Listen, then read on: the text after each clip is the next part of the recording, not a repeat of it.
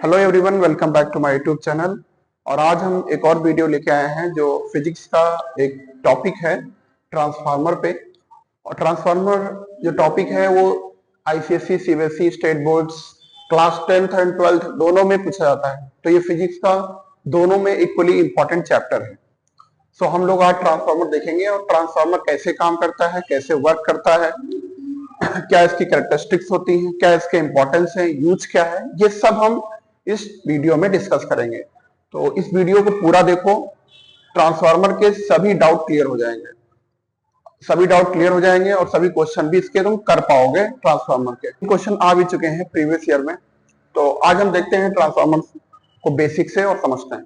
ठीक है, देखो ट्रांसफार्मर की डेफिनेशन अगर बात करें, transformer is a device which rectify या कह सकते हैं इंक्रीज और decrease the voltage and current of AC supply. कोई अगर एसी सप्लाई में इनपुट पे दे रहे हैं तो ट्रांसफार्मर वोल्टेज या करंट को, सपोज अगर वोल्टेज ले लिया, वोल्टेज को बढ़ाएगा या घटाएगा। तो दो टाइप के ट्रांसफार्मर होते हैं, जो वोल्टेज को इंक्रीज करता है और एक वोल्टेज को डिक्रीज करता है। तो नॉर्मली हमेशा एसी सप्लाई ही अप्लाई करते हैं, एसी सप्लाई पे ही ट्रांसफार्मर वर्क करता है, डीसी पे वर्क नहीं करता है। तो पहली चीज तो ये कि ये एसी सप्लाई पे वर्क करता है। तो सपोज दैट कि ये ट्रांसफार्मर में तुमने इनपुट वोल्टेज दे दिया, क्योंकि ये अगर पहले हम इस चीज को समझते हैं, इसकी कंस्ट्रक्शन को समझते हैं कि एक होता है इसके अंदर सॉफ्ट आयरन कोर। ये जो है वो सॉफ्ट आयरन कोर है, ये है soft iron core, iron core, soft iron core है ये पूरा जो इसके अंदर बना हुआ है।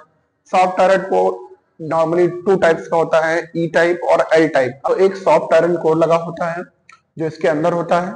उसके बाद ये इसके ऊपर वाइंडिंग्स होती हैं, इसके ऊपर क्या होती है, वाइंडिंग, ऐसे वाइंडिंग होगी। और इन वाइंडिंग को हम लोग बोल देते हैं प्राइमरी वाइंडिंग। क्या बोल देते हैं? प्राइमरी वाइंडिंग, प्राइमरी वाइंडिंग या प्राइमरी कॉइल कह सकते हो। और इधर जो होते हैं इस साइड में, इससे बोलते हैं सेकेंडरी कॉइल या secondary winding, secondary winding, windings. ठीक है, तो ये प्राइमरी वाइंडिंग्स है और ये सेकेंडरी वाइंडिंग्स है। एक सॉफ्ट आयरन कोर होता है, सॉफ्ट आयरन कोर क्या यूज क्या होता है ये भी हम डिस्कस करेंगे। और प्राइमरी कॉइल और सेकेंडरी कॉइल का यूज क्या है ना, ये भी हम सब डिस्कस करेंगे इस वीडियो में। ठीक है, तो सपोज दैट हमने एक एसी सप्लाई अप्लाई कर दी इसके थ्रू।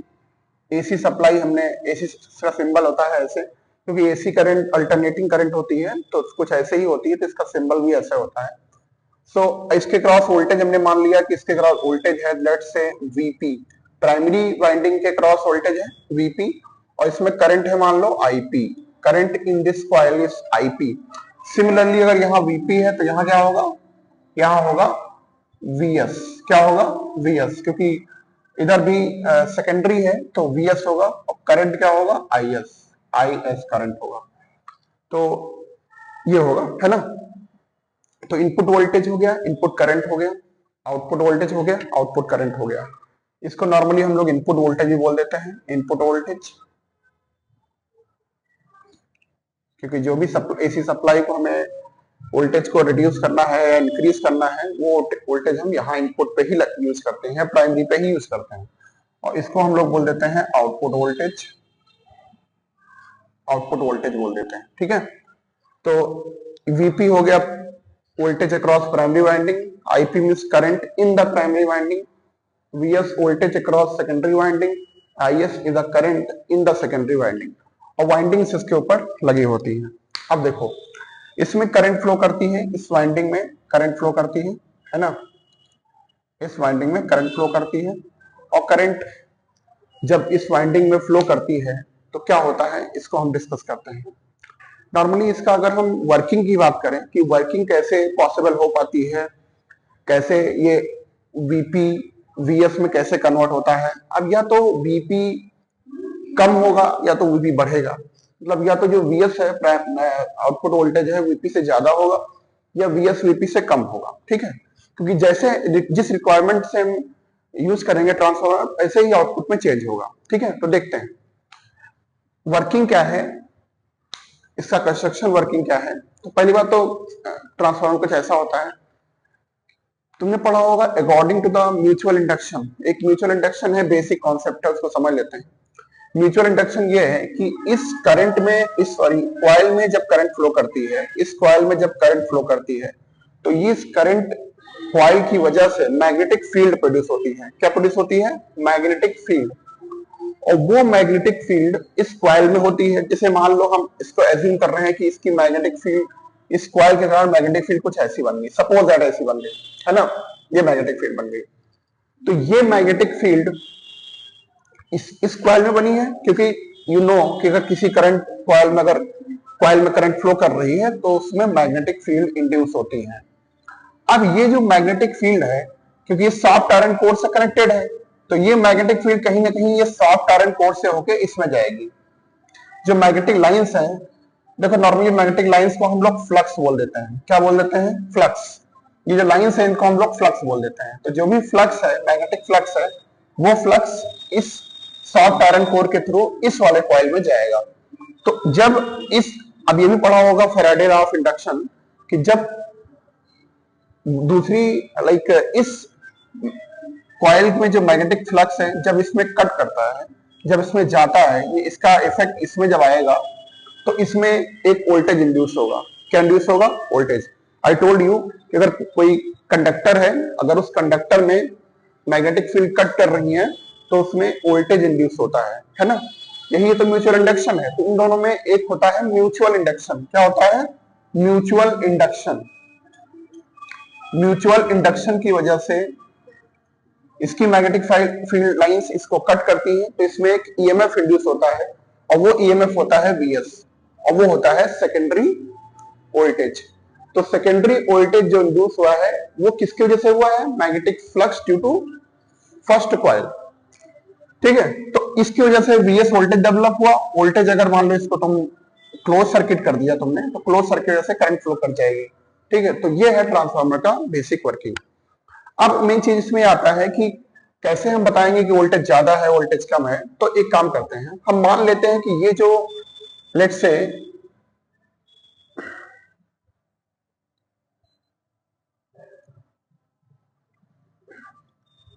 हम एज्यूम कर लेते हैं कि इसके जो नंबर ऑफ टर्न्स है, जो पॉइंट के नंबर ऑफ टर्न्स है वो एनएस एनपी है। सॉरी, एनपी मतलब number of turns of primary winding, और इधर साइड का हम मान लेते हैं ये एनपी है, सॉरी एनएस है। क्या है? एनएस। This is NS. तो प्राइमरी वाइंडिंग के नंबर ऑफ टर्न्स है एनपी, सेकेंडरी वाइंडिंग के है एनएस, ये नंबर ऑफ टर्न्स है। ठीक है, एक रिलेशन होता है, जो रिलेशन तुम्हें याद रखना है, इससे रिलेटेड रिलेशन है कि NP upon NS equals to VP upon VS equals to IS upon IP. मतलब यहां वीपी तो यहां एनपी, यहां वीएस, यहां एनएस, पीपी से ऐसे सेम रहेगा, बट करंट में उल्टा हो जाता है। तो एक रिलेशन ये होता है जो करंट वोल्टेज और नंबर ऑफ टर्न्स में रिलेशन होता है। ठीक है, अब नॉर्मली होता क्या है कि अगर हम सपोज दैट इन दो को कंसिडर करें, इन दो को कंसिडर करें, ठीक है, अगर इन दो को मैं कंसिडर करता हूं तो हम क्या बोल सकते हैं? VP upon VS equals to NP upon NS. ठीक है, तो अगर मैं क्रॉस मल्टीप्लाई करूं तो वीएस आ जाएगा VP into NS upon NP, ये तो आएगा VP into NS upon NP, ये बन के आएगा। ठीक है, Vs equals to VP into NS upon NP. अब देखो ध्यान से, यहां से अगर एनएस की वैल्यू, एनएस मतलब number of turns in the secondary coil, number of turns in the secondary coil, अगर number of turns in the primary coil से ज्यादा है, अगर एनएस एनपी से ज्यादा है, अगर एनएस एनपी से ज्यादा है तो वीएस वीपी से क्या हो जाएगा? ज्यादा हो जाएगा। मतलब हम ऐसे बोल सकते हैं कि इफ अगर फर्स्ट केस की बात करें, if NS greater than NP, number of turns, इसमें नंबर ऑफ टर्न्स ज्यादा है एज कंपेयर टू इसमें प्राइमरी में, देन वी कैन से कि वीएस वीपी से क्या होगा? ज्यादा होगा। मतलब अगर नंबर ऑफ टर्न्स इससे ज्यादा होंगे तो वीएस आउटपुट वोल्टेज या सेकेंडरी वाइंडिंग वोल्टेज जो होगा वो प्राइमरी वोल्टेज से क्या होगा? ज्यादा होगा। तो ये इसका मतलब इस ट्रांसफार्मर ने क्या किया इस केस में कि जो इनपुट वोल्टेज दिया था उसको उसने बढ़ा दिया, वीएस बढ़ा दिया वीपी से। तो इस टाइप के ट्रांसफार्मर को बोलते हैं हम लोग स्टेप अप ट्रांसफार्मर। क्या बोलते हैं? Step up transformer, step up transformer. ठीक है, अगर ये कंडीशन है। दूसरी, अगर मान लो ऐसा होता है कि एनएस एनपी से कम होता है, तो देखो यहां से रिलेशन देखो, अगर एनएस एनपी से कम है या एनपी एनएस से ज्यादा है तो वीएस वीपी से भी कम हो जाएगा। देन वी कैन से कि we can say this here, we can say कि वीएस वीपी से भी वीएस वीपी से कम हो जाएगा, मतलब आउटपुट वोल्टेज इनपुट वोल्टेज से क्या हो गया? कम हो गया। तो ये वोल्टेज कम हुआ ना, तो स्टेप डाउन वोल्टेज क्या हुआ? डाउन। तो इसको बोलते हैं स्टेप डाउन। क्या बोलते हैं? Step down transformer, step down transformer. So अगर number of secondary coil sorry number of windings in secondary coil, number of windings in primary coil ज्यादा है तो आउटपुट वोल्टेज इनपुट वोल्टेज से ज्यादा होगा, तो वो ट्रांसफार्मर होगा स्टेप अप। अगर number of turns in secondary coil less है as compared to number of turns in primary winding, so VS output voltage primary voltage से कम हो जाएगा या कैन से इनपुट वोल्टेज से कम हो जाएगा, तो उस केस को बोलते हैं स्टेप डाउन। ठीक है, तो दो टाइप के ट्रांसफार्मर हमने पढ़े, स्टेप अप और स्टेप डाउन।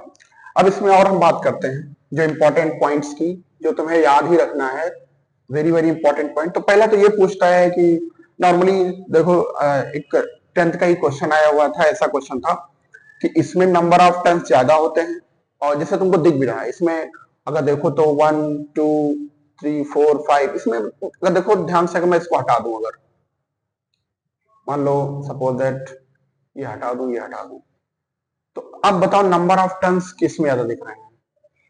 प्राइमरी ज्यादा है, इसमें तो कम हो गए ना। इसमें नंबर ऑफ टर्न्स क्या हो गए? कम हो गए।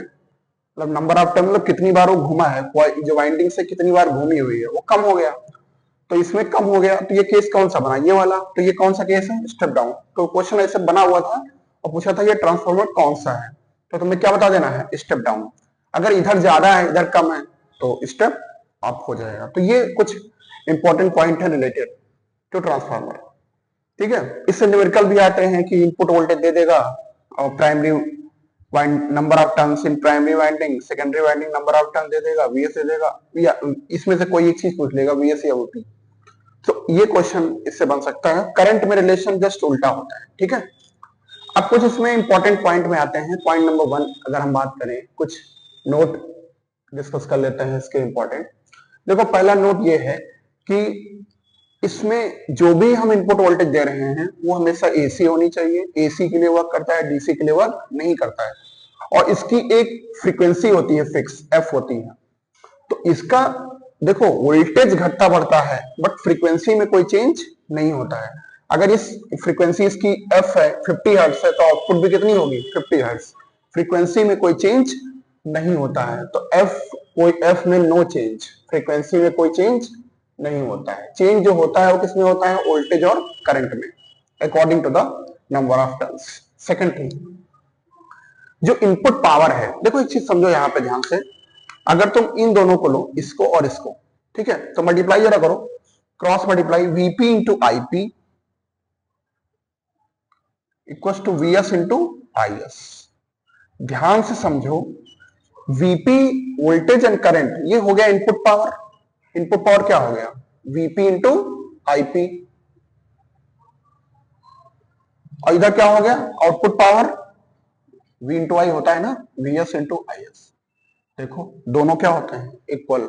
इसका मतलब इनपुट पावर और आउटपुट पावर दोनों क्या होते हैं? इक्वल होते हैं। तो पावर दोनों साइड इक्वल होती है। तो इनपुट पावर या primary power equal to secondary power equal होता है। ठीक है, तो एक दूसरा पॉइंट ये है। तीसरा पॉइंट ये होता है कि सॉफ्ट आयरन कोर का क्या यूज होता है। देखो सॉफ्ट आयरन कोर का बहुत यूज होता है। इसका यूज इसमें इसलिए होता है कि जो मैग्नेटिक लाइंस है, मैग्नेटिक फील्ड है, उनको ज्यादा से ज्यादा प्राइमरी से सेकेंडरी में ट्रांसफर किया जाए, या कह सकते हो कि ज्यादा मैग्नेटिक फील्ड को यहां भेजा जाए, इससे कि ज्यादा इसमें ईएमएफ इंड्यूस हो। तो जितना अच्छा सॉफ्ट आयरन कोर होगा उतना ज्यादा मैग्नेटिक लाइंस, मैग्नेटिक फ्लक्स यहाँ पे कट होगा, इंड्यूस होगा, उससे वोल्टेज इंड्यूस होगा और करंट फ्लो करेगी। तो बेसिकली सॉफ्ट आयरन कोर का यही यूज है। ठीक है, तो ये सब कुछ पॉइंट्स हैं जो तुम्हें याद रखने हैं सॉफ्ट आयरन कोर के बारे में। और हो गया बेसिक इंफॉर्मेशन, ये सब कैरेक्टरिस्टिक्स हो गई, बस इतना ही लगभग तुम्हें इसमें ट्रांसफार्मर में ध्यान रखना है। और एक चीज का यूज कहाँ होता है, जैसे कि तुमने देखा होगा इंडस्ट्रीज में नॉर्मली ट्रांसफार्मर का यूज करते हैं नॉर्मली स्टेप अप करने के लिए, वोल्टेज अगर कम है तो उसको बढ़ाने के लिए। नॉर्मली देखा होगा कि तुम्हारे घर के बाहर जो लाइन्स आ रही होती हैं वो 11,000 लाइन होती है, उनका वोल्टेज कितना होता है 11,000, लेकिन हमें एक्चुअली में वोल्टेज चाहिए 220 वोल्ट, हमें कितना चाहिए 220 वोल्ट। तो 11,000 लाइंस को 220 वोल्ट कन्वर्ट करने के लिए देखा होगा तुमने ट्रांसफार्मर लगा होता है, तो है ना, तो ट्रांसफार्मर लगा होता है, तो ट्रांसफार्मर क्या करता है, इस वोल्टेज को रिड्यूस कर देता है। तो ये कौन सा ट्रांसफार्मर है, स्टेप डाउन ट्रांसफार्मर है। ठीक है, तो इनका डिफरेंट डिफरेंट टाइप्स में यूज होता है। तो ये तुमको इतना पढ़ लेना है ट्रांसफार्मर में, और इतना ही बेसिक है, इसी से क्वेश्चन बन जाते हैं नॉर्मली। ओके, एक चीज और डिस्कस कर लेते हैं जरा, क्योंकि लॉस भी कभी कभी आ जाता है। देखो लॉस कौन से होते हैं इसमें, इसमें बहुत सारे लॉस होते हैं। पहला लॉस है, एक होता है पावर लॉस। पावर लॉस क्या होता है, जो पावर होता है वो आई स्क्वायर आर होता है। आई स्क्वायर क्या होता है, आर, तुमको पता है पावर होता है आई स्क्वायर आर। तो कुछ ना कुछ वाइंडिंग्स का रेजिस्टेंस होता है, कुछ ना कुछ वाइंडिंग्स क्या होता है, रेजिस्टेंस। तो रेजिस्टेंस की वजह से आई करंट तो फ्लो ही करती है, तो रेजिस्टेंस की वजह से पावर आ जाता है।